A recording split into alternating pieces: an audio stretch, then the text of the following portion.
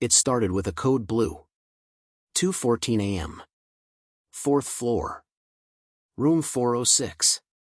A 59-year-old patient went into sudden cardiac arrest, unexpected, no history, no warning signs. The overnight nurse on duty rushed to the scene. But by the time they arrived, the patient was already gone. And the first strange thing? The 4 bag was missing. No crash cart. No medical notes. Just an empty hospital bed, and a smell. Burnt plastic. And the faintest trace of bleach. Security footage pulled the next day showed something else. At exactly 1:57 a.m., 17 minutes before the code blue, a nurse, face hidden under a surgical mask and cap, was seen pushing a mop bucket into the East Wing elevator. Nothing unusual. Except, she never came back up. The elevator never returned to the 4th floor. The camera feed? Cut. The badge swipe log? Erased. Which meant someone knew how to manipulate the hospital's internal network. Someone inside. The hospital director ordered a quiet sweep of the basement. No police. No alarms. Just one guard. The door to the old storage wing was locked, rusted shut. But when they pried it open, what they found wasn't old hospital files. It was a lab. A makeshift drug processing center. Pill presses. Heating plates. Sealed coolers. Bagged cash. Dozens of fentanyl vials, some marked for disposal, others already prepped for injection. And in the center of it all, a hospital cot. A burner phone. A pair of blood-stained gloves. Still warm. No one had seen her in hours. Her shift was officially over at 9 p.m. Her car was still in the lot. Her phone, off. But her locker? Cleaned out. Scrubbed down with bleach. It took them 2 more days to find her. Not in another city. Not hiding in some motel. She never left the building. She'd been there the whole time. Watching the investigation unfold. From the shadows. She was a licensed nurse. Trained in trauma care. Certified in palliative medicine. Trusted by her patients, and praised by her supervisors. But behind the hospital walls, she'd built an empire. Using stolen IDs. Falsified patient charts. Repurposed anesthesia. She funneled thousands of doses out through the hospital waste system. Repackaged them in the basement. And shipped them upstate. All while checking vitals on the floor above. Nobody suspected the angel in blue. The media called her the basement queen. The DEA called her the most creative trafficker they'd ever seen in the medical field. But her real name? That's what shocked them the most. Because they'd seen it before. On a report from 3 years earlier. A patient death. Unsolved. And she had signed the autopsy. The nurse had turned the hospital into her kingdom. But no one saw it coming, not even the patients whose lives depended on her. To understand how she got here, we have to go back. Before the pills. Before the bodies. Back to the nurse's first day on the job. She was the last face many patients saw. Steady hands behind midnight procedures. Never late, never loud. A nurse you could trust. But beneath the hospital. Past the morgue. Behind a locked maintenance door. A pipeline of pills. A cartel in scrubs. By the time they did. 5 states, dozens of overdoses. 1 dead teenager. Greed? Addiction? Every lie, every locked door. It's about trust. The nurse who ran a drug empire. You're watching a true crime cartel original. Before we dive in, I've got a small favor to ask. If you love deep, real stories, the kind that dig beneath the headlines, tap that like button, hit subscribe, and drop a comment below with the city you're watching from. It helps more than you know. and keeps stories like this alive. Now, let's dive into it. They say hospitals are places of healing. Fluorescent lights, white walls, the hum of machines keeping time. But every so often, one of those rooms holds more than charts and syringes. Sometimes, someone walks these halls who's not just saving lives, but controlling them. Her name was Valerie Chambers. To everyone around her, she was the ideal nurse. Punctual, focused, soft-spoken. She clocked in early, left late, always the first to answer a call, always the last to leave a patient's side. She didn't raise her voice, didn't gossip, didn't party. And most importantly, she didn't stand out. Valerie grew up in Glenfield, a town you've probably never heard of.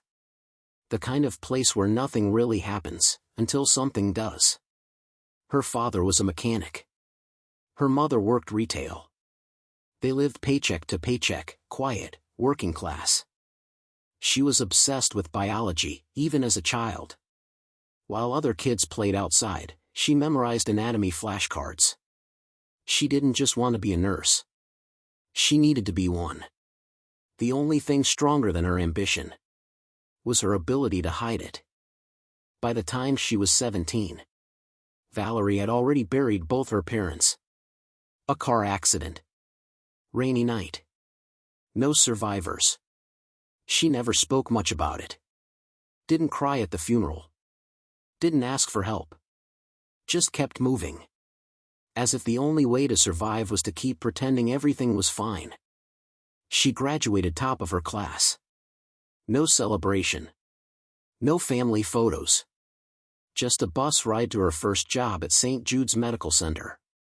It was there, in the basement of St. Jude's, that her story really begins. At first, it was all routine. Vitals. IVs. Paperwork. But something about Valerie was different. She worked nights no one wanted. Picked up double shifts. Always volunteered to cover holidays. And it would have stayed routine. Until nurses started noticing medications going missing. Nothing major. A few vials here. A bottle there. But always explained away. Clerical errors. Miscounts. Things that happen in busy hospitals. Valerie never mentioned them. She just kept working. Kept smiling. But someone spotted her. At a pharmacy, miles away. Buying painkillers. Under a different name. It was reported. The report vanished. No follow-up. No consequence. And then there were the side gigs. Private care. Home visits. Cash-only wellness checkups. Unlicensed therapy sessions. All technically legal. All slightly off. But she kept her halo. Always pleasant. Always helpful. The kind of nurse patients loved, and doctors forgot. She was invisible. And she preferred it that way. Every day, Valerie took her break near the basement. She said it was quiet. Said the vending machines were better. No one questioned it. Until one night, someone followed her. The footage showed nothing alarming. Except for the time. She wasn't scheduled. The wing was closed. And she was carrying something that didn't belong to the hospital.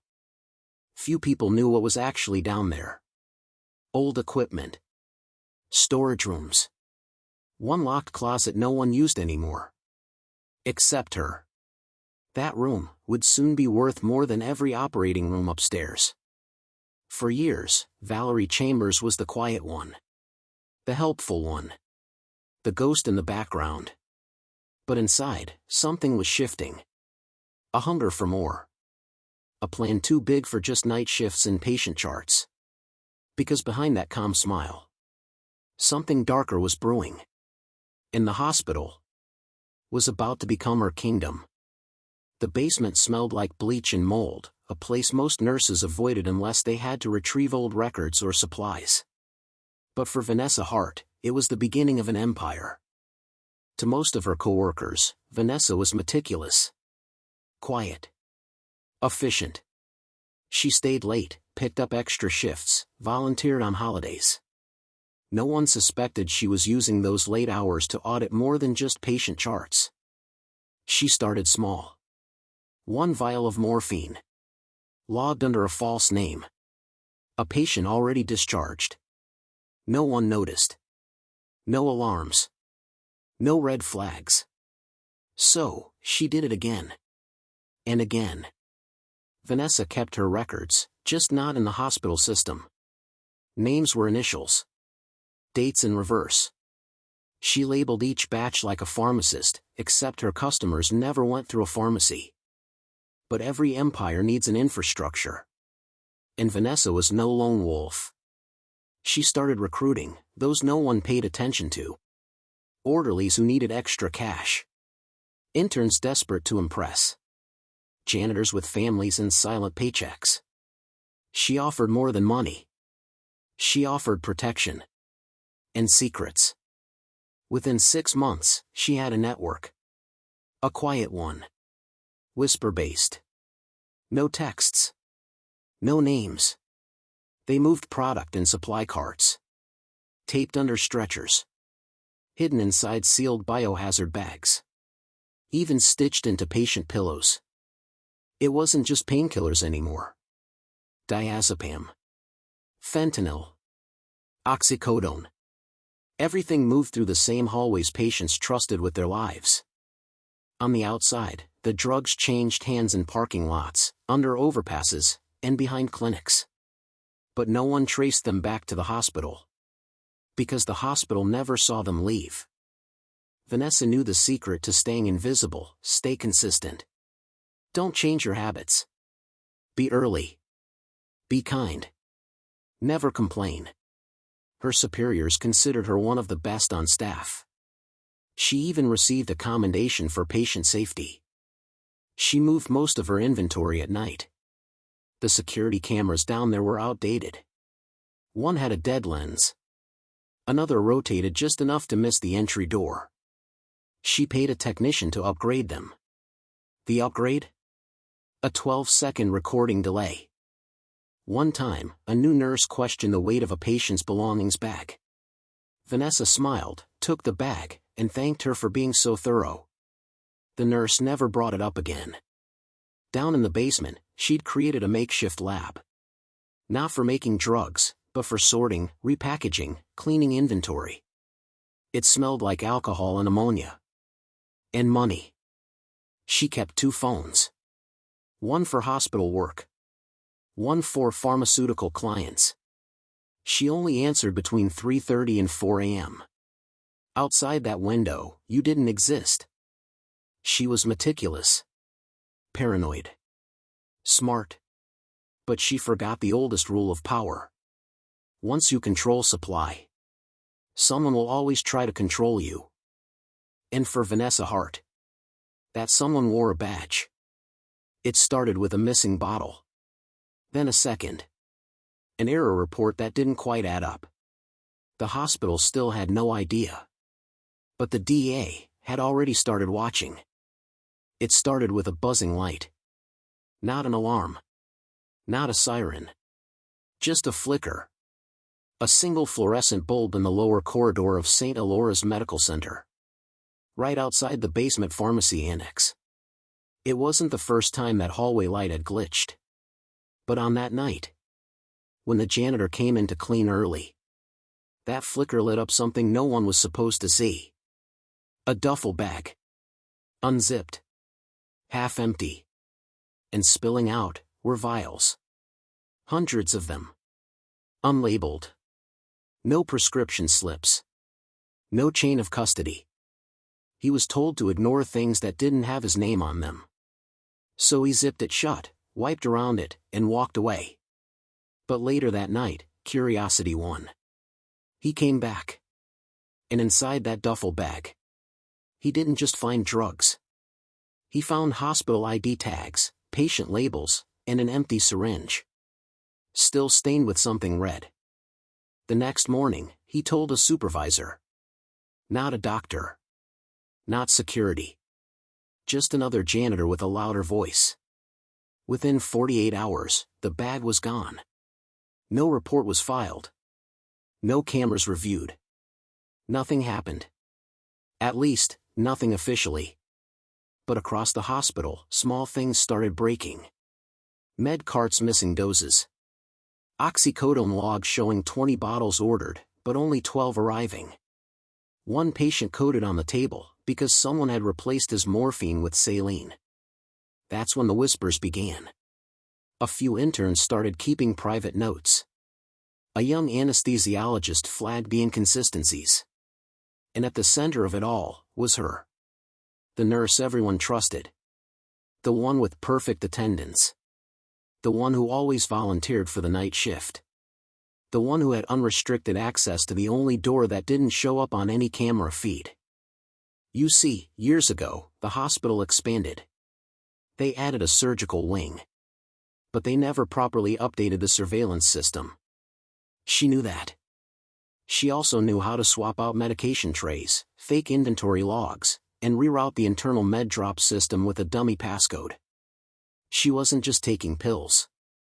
She was replacing them with counterfeits, carefully resealed, relabeled, and restocked before the morning shift arrived. And all of it was being tracked on paper logs, not digital.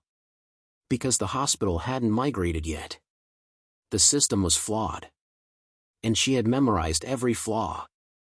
But she made one mistake. She left a shadow. One day, a pharmacist flagged something odd. A batch of fentanyl that showed up twice on 2 different purchase orders. Same barcode. Same vial ID. But the signatures? Different pens. Different handwriting. And one was hers. That's when the anonymous message arrived. No name. No return address. Just a hospital envelope. Inside it? A photocopy of a blank prescription pad, with the nurse's name pre-printed, and over 30 orders for opioids, dated over 3 months. All signed in different handwriting. The board went silent. They didn't call the police. They didn't alert the staff. They brought in a private investigator, off the books. Someone who wouldn't file public reports. Someone who could find proof, before the media ever smelled it. And still, the nurse kept showing up. Smiling. Clocking in. Walking through the corridors like nothing had changed. She knew something was off. She felt the eyes. So she adapted. She moved the stash. Stopped using the main basement. And turned an old X-ray film room, abandoned for over a year, into her new HQ. She rewired the door lock. She jammed the internal comms line. She even rigged a fake out-of-order sign to keep people away. Meanwhile, the private investigator followed the trail. And it led not just to her, but to others. An intern who'd vanished mid-shift. A former surgical tech who'd been fired quietly. A night guard with a sudden new car.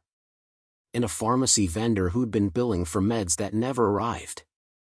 Every one of them had touched her operation. And every one of them was starting to talk. But before anything could come crashing down, the DA got a call. Untraceable. Brief. Male voice. All your pills are in the basement at St. Alora's. Ask for the nurse. You'll know which one. Then the line went dead. The DA didn't act right away. They logged it. Flagged the case. Then buried it in a pile of bureaucratic shuffle. Because here's the truth. Hospitals are complicated. Investigating one? Even more. No one wants headlines about stolen drugs in a pediatric ward. No one wants press releases about nurses flipping opioids in the same building where patients fight for their lives. So the DA waited. Too long. Back inside the hospital, the nurse kept working. But now, every time she passed someone in the hallway, she'd pause. Look over her shoulder. Watch the shadows behind her. She knew something was coming. She just didn't know when. And so she made a plan. She deleted files, burned logs, flushed dozens of vials. She was cleaning house and preparing to disappear. But she didn't know that someone was watching her clean. Because up in a locked hospital office, a camera had finally been installed. One that fed directly to a secure laptop in the investigator's bag. And the footage? It was damning. The hospital thought they'd gotten rid of the problem. They fired 2 assistants, replaced the head pharmacist, even shut down the basement med annex. But the nurse? She wasn't done. She was just getting smarter. And when they finally came for her, they didn't find a nurse. They found a machine. Built to hide. Built to survive. Built to disappear. They trusted her with their pain. She answered with poison.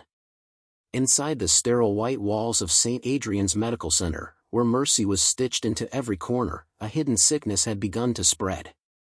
Not through the air. Not through the blood. But through trust. Her name still sat on the Nurse of the Month plaque. But by the time Jenna Collins checked in for surgery, that nurse was already running a side business in the shadows below her hospital bed. Jenna never saw the signs. She was just 42. Divorced. Battling chronic pain from a hip replacement. She came for relief. And left with an addiction. Her discharge papers were clean. But her bottle of pain meds wasn't. The pills Jenna took home looked identical to the real thing. But they'd been cut, diluted with crushed sleep aids and trace opioids smuggled from basement caches. Enough to numb her. Not enough to heal her. But healing wasn't the point anymore. The goal was to bring her back. Over. And over. Within a month, Jenna was doctor shopping. By month 2, she was caught on camera, limping through the ER with fake pain just to get another dose. By month 6, she was found unconscious in her car in the hospital parking garage. They revived her. But something had already died. Her trust. Her control. Her freedom. Jenna was just one. There were dozens. But not all were patients. Marcus Hill was a nurse tech. 23, fresh out of training. A quiet kid with soft eyes, always the first to volunteer for the night shift. He looked up to her. Called her ma'am even after she asked him not to. She gave him his first bonus under the table. Then his second. Then his first favor. Just carry this box. Just deliver this 4-bag. No questions. By the time Marcus realized what he was doing, it was too late. He wasn't just moving product. He was using it. They found him in the janitor's closet. Collapsed. Heart racing. Eyes wide open but gone. He lived. But he never worked again. Then came the teenager. Emily Rose. 17. In the ER for a broken wrist after a volleyball injury.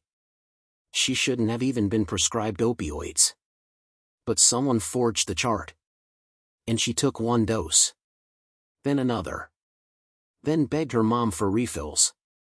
By the 3rd week, she was messaging strangers on Reddit looking for hospital-grade painkillers.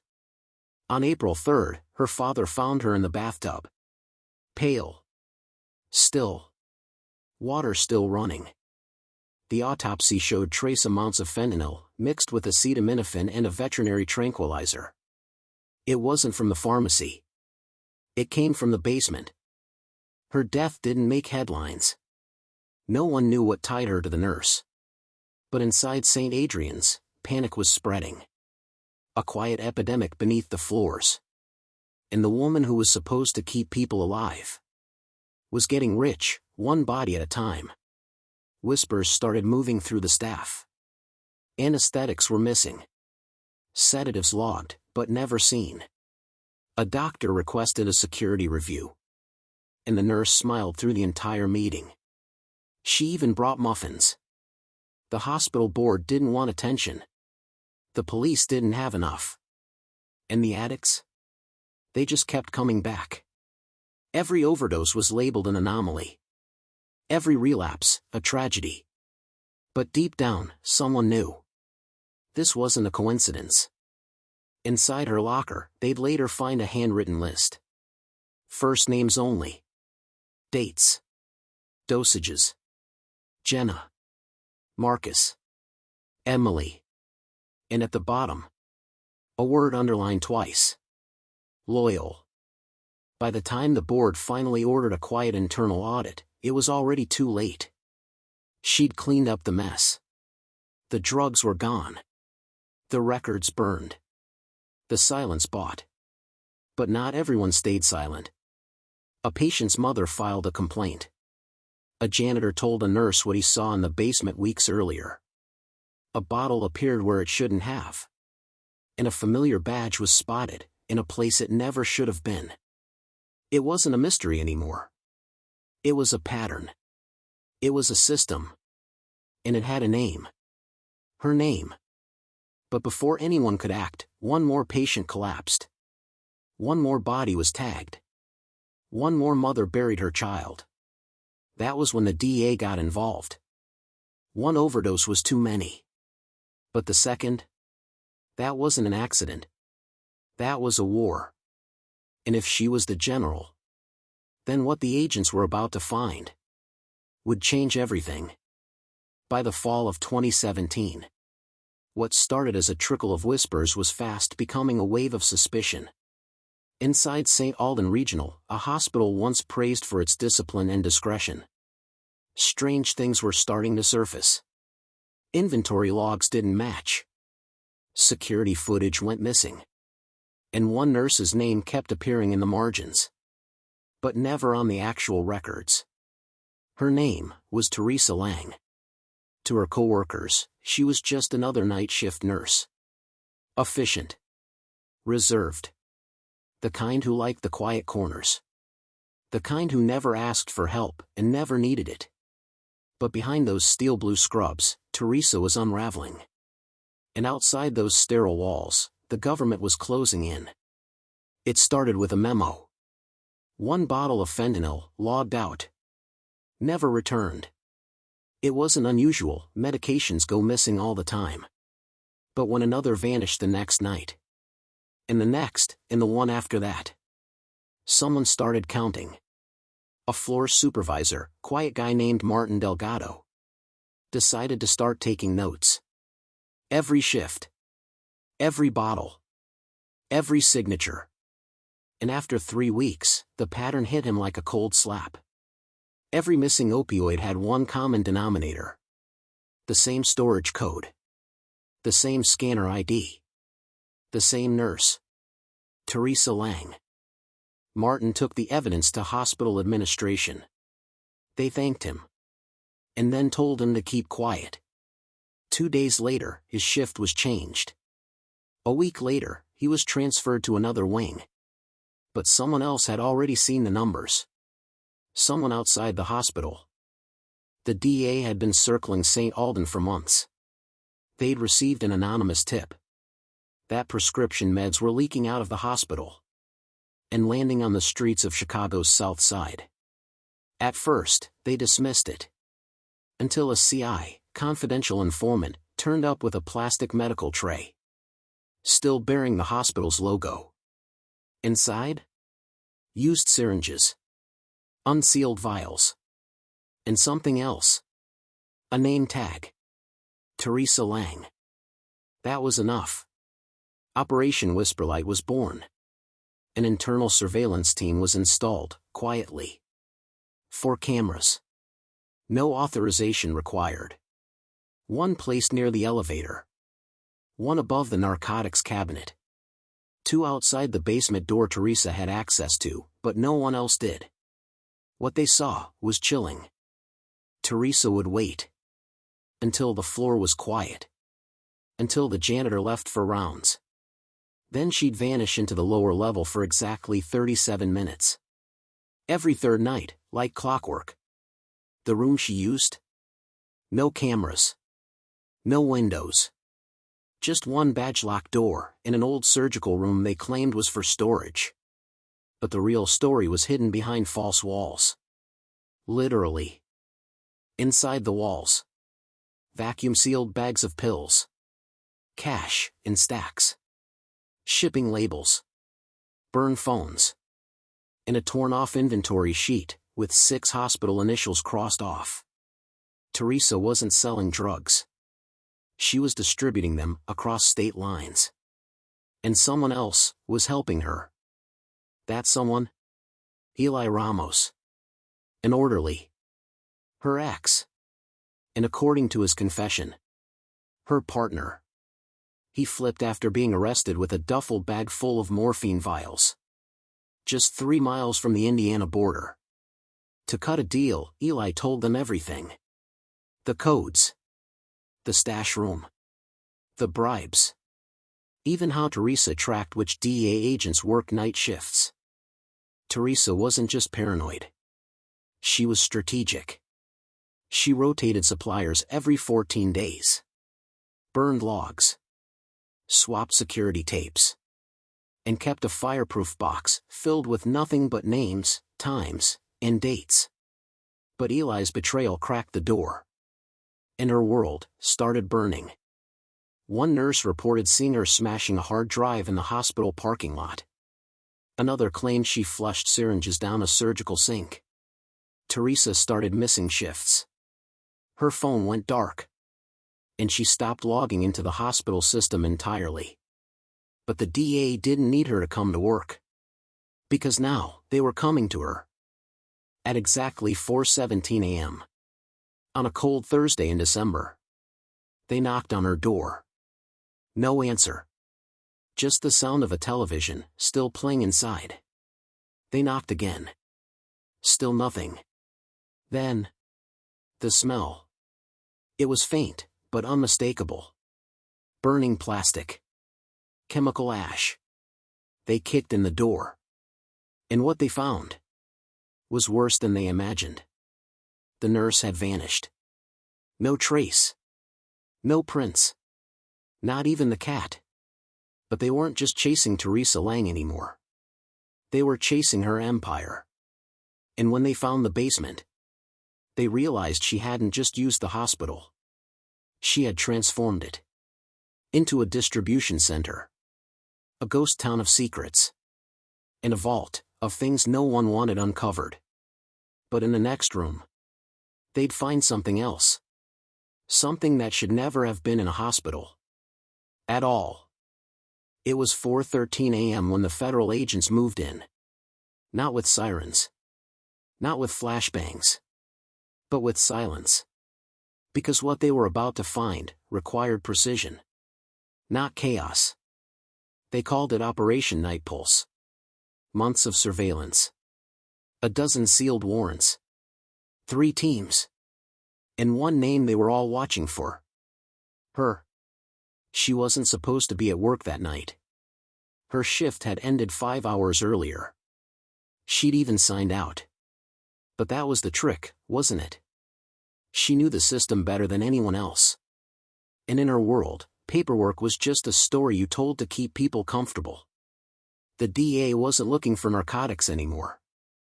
They were looking for a criminal infrastructure, embedded inside the hospital, stitched into the walls like infection. Agents entered from 3 points. Loading bay. Maintenance corridor. And a service elevator she thought no one knew about. The nurse had built her empire in the one place no one wanted to go. The basement. Beneath the surgical wing. Past the locked pharmacy. And through a steel door that didn't appear on the official floor plans. They breached at exactly 4:19 a.m. The moment the door opened, the smell changed. It wasn't antiseptic. It was chemical. Sharp. Bitter. A cocktail of bleach, painkillers, and something else. Desperation. Inside, it looked nothing like a hospital. There were pill presses, modified 4-bag rigs, and walls lined with patient files, not just from this hospital, but from 5 others across the state.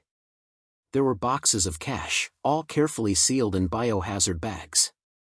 And in the corner, an old monitor still flickering. On screen? Live feed. Of the hospital corridors upstairs. She was watching everything. And then she stepped out of the shadows. Calm. No panic. No resistance. She was wearing scrubs. Still pressed. Still clean. And in her left hand, a patient chart. As if she had rounds to finish. Agent Ramirez would later say. She didn't act like someone getting caught. She acted like someone letting us in. She didn't ask for a lawyer. She didn't cry. She only asked one thing. Is the ICU still fully staffed? But the real shock came when they searched the side room behind the false wall. There, they found her recordings. Hundreds of hours. Audio tapes labeled with dates, initials, and symptoms. Conversations with staff. Bribes. Confessions. Threats. She wasn't just trafficking drugs. She was controlling people. And then came the final piece. A steel cabinet, locked tight. Inside. Pharmaceutical-grade fentanyl. Rare opioid derivatives not even approved for civilian use. Vials with no labels. And a handwritten ledger. Names. Dates. Amounts. And cause of death. Some of them marked with stars. One name, circled twice, was still alive. There were 15 names that night. And only one of them had ever filed a complaint against her. What does that tell you? As the sun rose outside, agents wheeled out boxes of evidence. The hospital tried to stay quiet. PR said it was a routine inspection.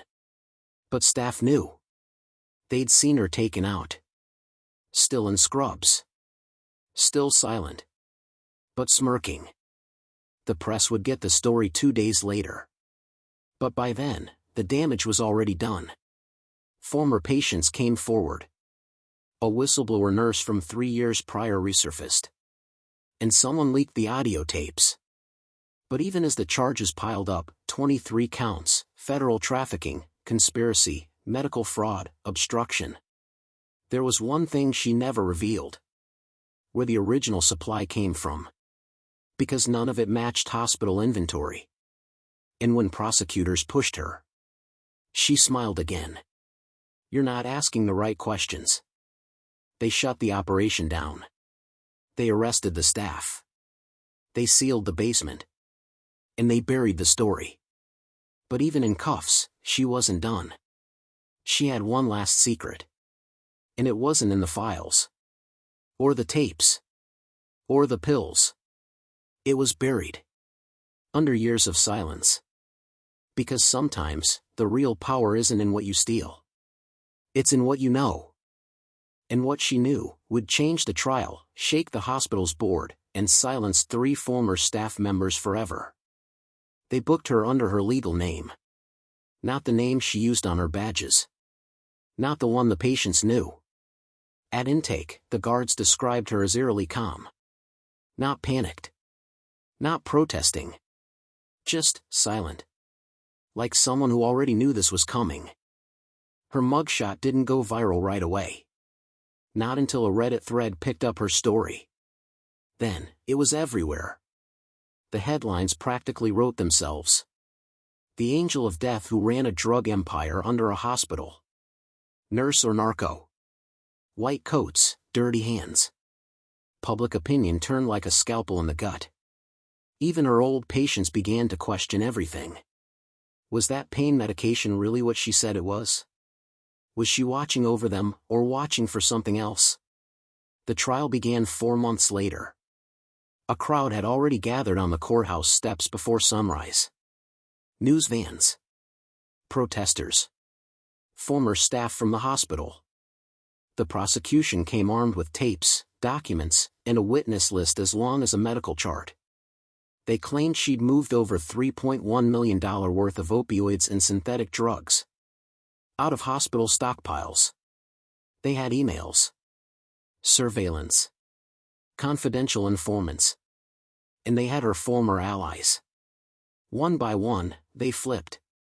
The pharmacy tech she once mentored? He testified, said she taught him how to manipulate the inventory system. The janitor who helped carry the boxes. He swore under oath she told him it was hospital-approved disposal. And the young nurse, her protégé? She broke down mid-testimony, sobbing as she read texts the accused had sent her. We help who we can. The rest aren't our concern. The defense tried to pivot. They painted her as a burned-out nurse, overworked, underpaid, exploited by a corrupt system. They claimed the hospital knew. That the board of directors looked the other way because drug disposal saved them money. That her unit was a gray zone, no oversight, no audits. But the hospital denied everything. No knowledge. No negligence. No liability. They distanced themselves fast. Removed her from all records. Scrubbed internal directories. As if she was never there. The most chilling moment came when they played a recorded call from her jail cell. She told someone, no one knows who. They only caught what I wanted them to find. The rest is still clean. Her sentencing lasted nearly 4 hours. Dozens of victims spoke. A mother whose daughter overdosed. A father whose wife never woke up after surgery, the medication had been tampered with. When it was her turn to speak, she stood up. Looked directly at the families. Then to the judge. And said, "You put your trust in white coats. That was your first mistake. I just gave you a reason to pay attention. No apology. No tears. Just a quiet, terrifying confidence." The judge sentenced her to 38 years without parole. As she was led away, reporters shouted questions. But she didn't answer. Except one time. She turned, leaned toward her lawyer. And whispered something. No one could hear it. But the lawyer went visibly pale. He refused to speak about it afterward. Not to press. Not to anyone. To this day, no one knows what she said. Except one thing. Later that year, 2 vials of synthetic opioids, marked with hospital barcodes, were discovered in a storage unit under a false name. The address? Just 3 blocks from the original hospital. Since then, her story has been featured in the New York Times, 48 Hours, and even a podcast called Scrubbed Clean. But online? Her case lives on in Reddit theories, conspiracy posts, and forums filled with ex-nurses claiming they knew someone just like her. In the hospital? Rebranded. New name. New CEO. But rumors say the basement ward, where she worked, remains sealed. No new staff assigned. No tours allowed. And one light down there? Still flickers on at night.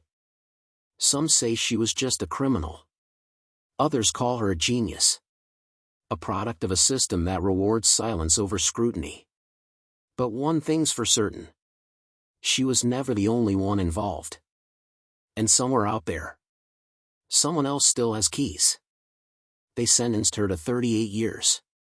But what she whispered to her lawyer as they led her away has never been revealed. Until now. She's been locked away for years now. The cameras are gone. The court transcripts buried in archives. The headlines faded into yesterday's news. But deep in the fluorescent silence of that hospital, something still lingers.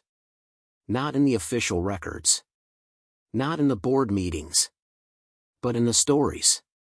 The whispers. The patients. A patient came forward not long ago. Late 30s. Former EMT. Admitted for routine surgery. Room 407. He said everything was normal, until it wasn't. He said he woke up in the middle of the night, groggy, disoriented, to see a woman in scrubs by his bed. Not a nurse. Not from his unit. He couldn't remember her face. Only the sound of her voice. Soft. Calm. "You're safe now." But when he mentioned it during morning rounds, the charge nurse looked confused. That hallway hadn't been staffed that night.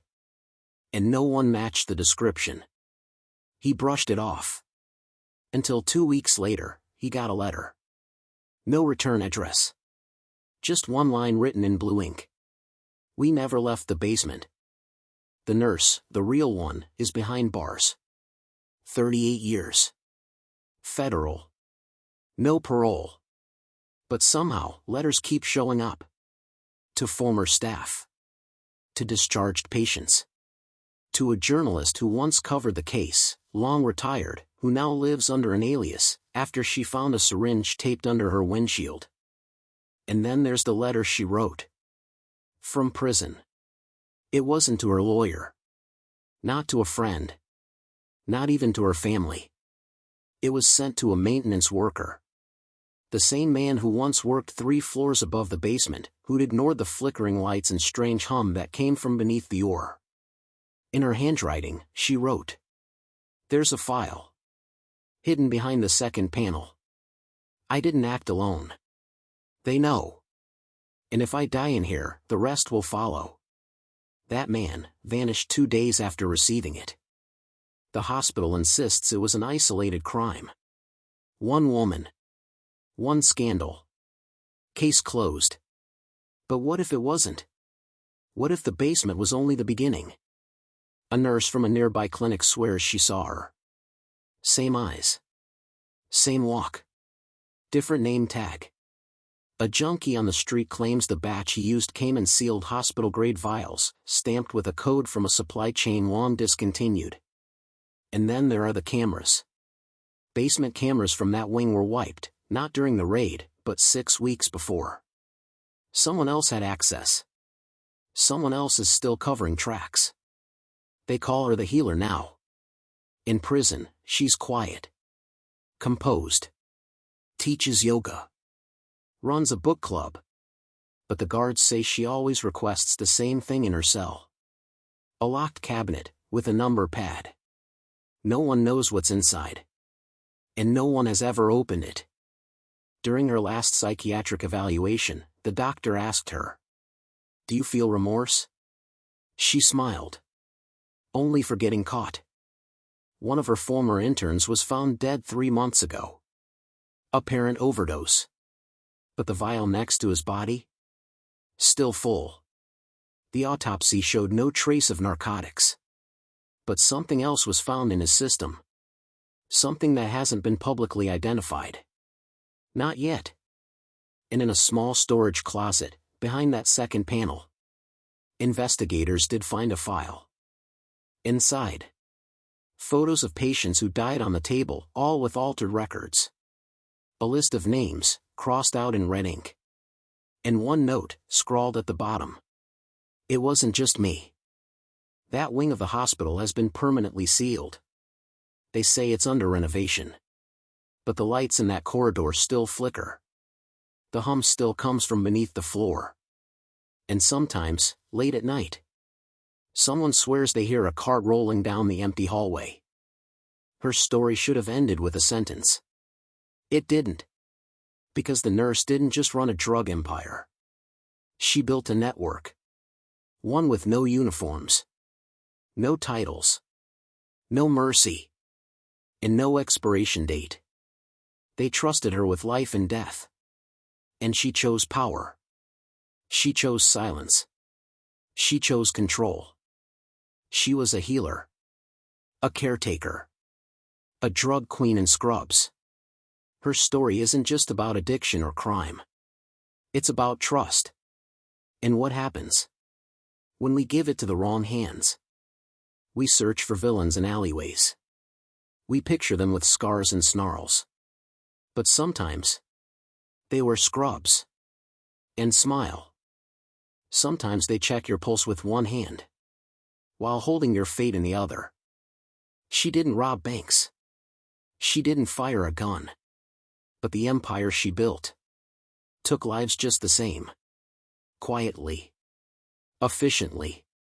Professionally. There are still files missing. Footage gone. People unaccounted for. They say the basement's empty now. But when the lights go out, some say it's not the rats you hear in the dark, Thank you for watching. If this story disturbed you, it was meant to. And if it made you wonder who's really in control, you're not alone. Because sometimes the scariest monsters don't hide in the shadows. They hold the clipboard and call you by name. If you stayed this long, you're the kind of person who sees what others miss.